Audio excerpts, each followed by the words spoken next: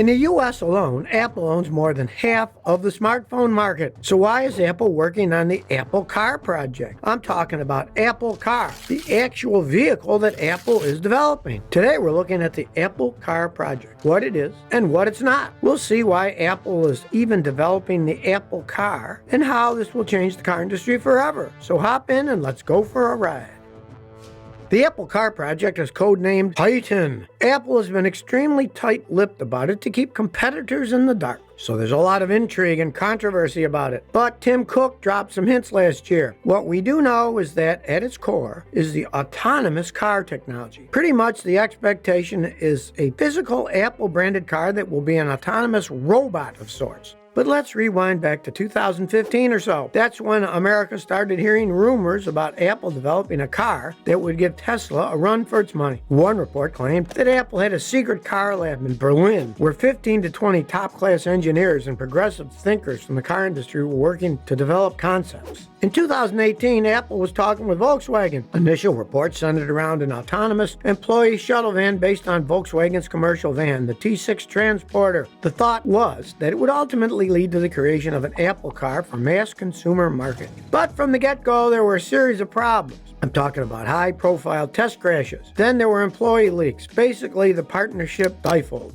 Apple's seen its share of rumors and misinformation. For example, last year there were reports that Apple was talking with Hyundai about making an autonomous EV. Then there were rumors that Apple was talking with Hyundai's subsidiary Kia. Next came reports that Apple was considering Japanese car makers, including Nissan. But now it's 2022 and Apple's still on the hunt for a partner. Apple's insiders have leaked a targeted release date of 2025, which is right around the corner. But analysts are more conservative. They believe that an actual launch may not be until 2028 or even later. So we'll have to hang tight and wait to see when it actually will hit the road. Now, everyone knows that Apple's core competency is hardware and software development. I don't need to tell you about the MacBook, iPhone, iPad, AirPods, HomePod, Apple TV, and so forth. Problem is, they don't have any experience nor expertise in car manufacturing. So why does Apple even want to enter the car market? Can they beat car giants like Tesla, Ford, or GM? I guess is yes. To understand why, you just have to look at the iPhone. Years ago, when Apple decided to enter the mobile phones market, they had no prior experience with the phone space. At that time, people used the wireless phone just for calls. But Apple didn't want to just make a better mobile phone. They wanted to revolutionize how people interact with their mobile device. Just think back to the days before the smartphone, and you'll realize how much heavier your briefcase, backpack, or purse was back then. Today, we don't need to carry a daily planner, calculator, magazine, camera, music player, or even a credit card, because the iPhone brings all these functions to you in a single touchscreen. Apple created a cultural phenomenon when the iPhone replaced so many other devices and daily objects. Apple went from zero to hero with many of their products. This is the same approach they're taking with the Apple Car. Their goal isn't just to make a better car. They want to redefine how people interact and use the moving machine. And they're doing this by focusing on the one thing that no car maker has done yet: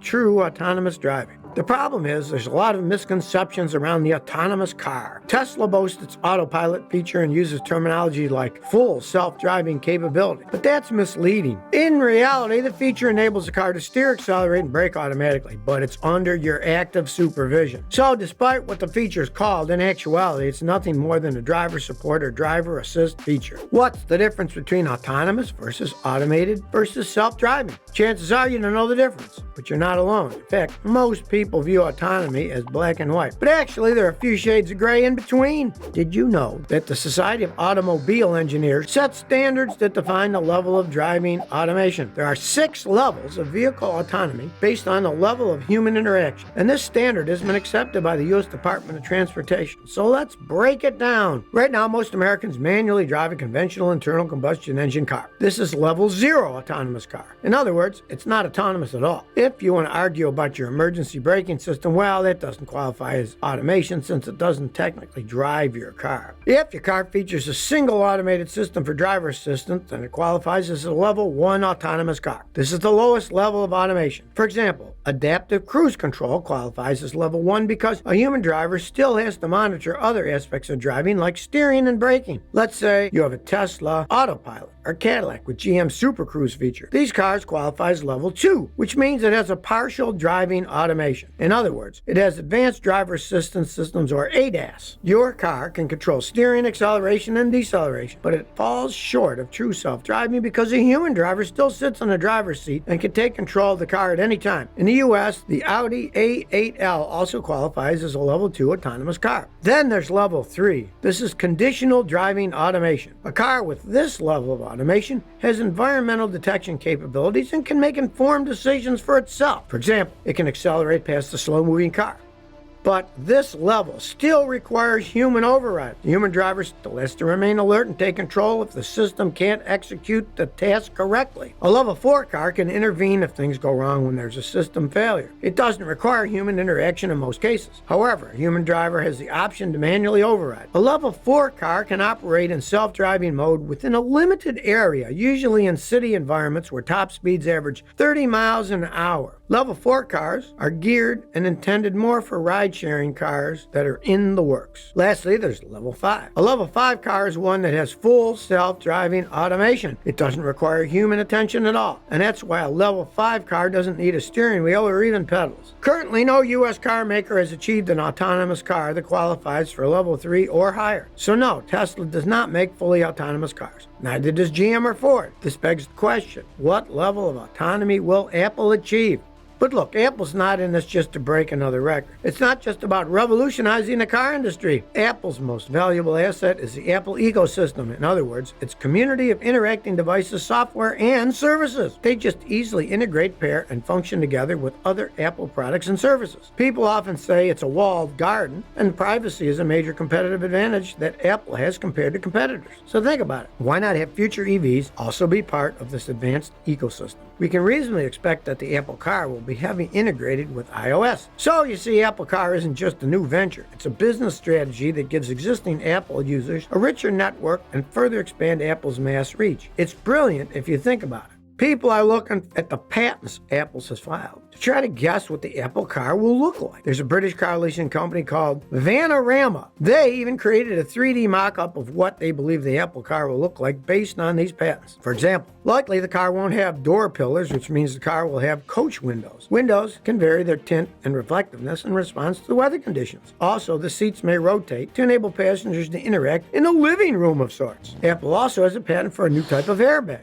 Instead of cushioning a single passenger, it's installed in the roof and instrument panels and can deploy to cover the entire windshield. Another patent suggests a different possibility that the car might not have any windows. Instead, VR headsets worn by passengers serve as virtual windows to the outside world. There are rumors that the car might not have a steering wheel or pedals. Verdict is still out on that one, though. I would think they'll face a lot of regulatory challenges on that one, so we'll just have to wait and see. Many expect a wide, edge-to-edge, customizable touchscreen that merges both the dashboard and navigation display. And it's not an Apple car if it doesn't have Siri, which is built into the steering wheel. And I'm not sure if it's tongue-in-cheek to imagine the infamous cheese grater at the front grille. Love it or hate it, I'm sure everyone assumes that. All complete with the Apple logo lit on the front and back and even on the hubs. Of course, patents alone don't guarantee that a company is actually going to build something, but it does indicate at a minimum that they are researching it. Expectations are high that Apple car will have a range and efficiency that will exceed many of the current EVs in the market. Rumor has it that the Apple car will have a monocell battery technology. This maximizes the size of the cells in a battery pack, so theoretically it should get longer range out of a single charge. There are reports that Apple's also set to use lithium iron phosphate instead of the typical lithium ion solution. The advantage of this is that it's less likely to overheat and therefore make the car safer. Several months ago, Apple started conversing with some Korean companies that make EV components. LG Electronics and Cattle are two of these companies. Many people recognize the LG brand. They're another tech giant known for their computer accessories, household appliances, and smartphones. Cattle is the world's largest battery supplier. Consumers might not recognize the brand, but they make EV batteries for Tesla and other companies. Then there's Magna International. They're the largest automotive car parts manufacturer in all of North America. Remember Johnny Ive? He used to be Apple's chief designer. Well, now he's collaborating with Ferrari to help create the luxury car maker's first electric vehicle. But that's not all. Many people don't know this, but Johnny Ive is also an operating partner at Churchill Capital. This is the company that recently merged with Lucid Motors. So what does that mean? Now, Ive can have an impact on Lucid Motors' direction. So it's not inconceivable for Apple and Lucid Motors to engage in a conversation sometimes in the future. So many talks, you'd think a big corporation like Apple can easily find a willing partner. But you're forgetting one critical fact. Apple insists that they exclusively own the primary technology for the Apple car. This requirement is what's presenting to be a huge obstacle and challenge for Apple as they search for a car manufacturing partner. It's like a single person who wants to marry, but he's super picky. So it doesn't surprise many if he'll always fly solo and never get married. So too, it's possible Apple may never find a partner that meets the criteria and fits their ambitious vision. Look at what happened with Tesla. They ended up talking on a development production process all of their own. Maybe this means Apple will also end up going solo and shoulder all core research, development, and production in-house. Then there's Foxconn. This is the world's largest electronic contract manufacturer. It's also Apple's main iPhone supplier. And they just got into the EV business. A few months ago, they unveiled 3 EV prototypes, an SUV, a sedan, and a bus. Now, Foxconn doesn't intend to sell these to consumers. Rather, they'll make them for major car makers who'll sell them under their own brand names. This is a powerful company. They made headlines recently when they announced plans to buy the Ohio factory owned by the EV startup Lordstown Motors. But now, you tell me, are you excited about the Apple car? Money aside, how dependent are you currently on the Apple ecosystem that you'd consider getting an Apple car? Please share your opinion by commenting below. If you like this video, please like and subscribe. Thanks for your support.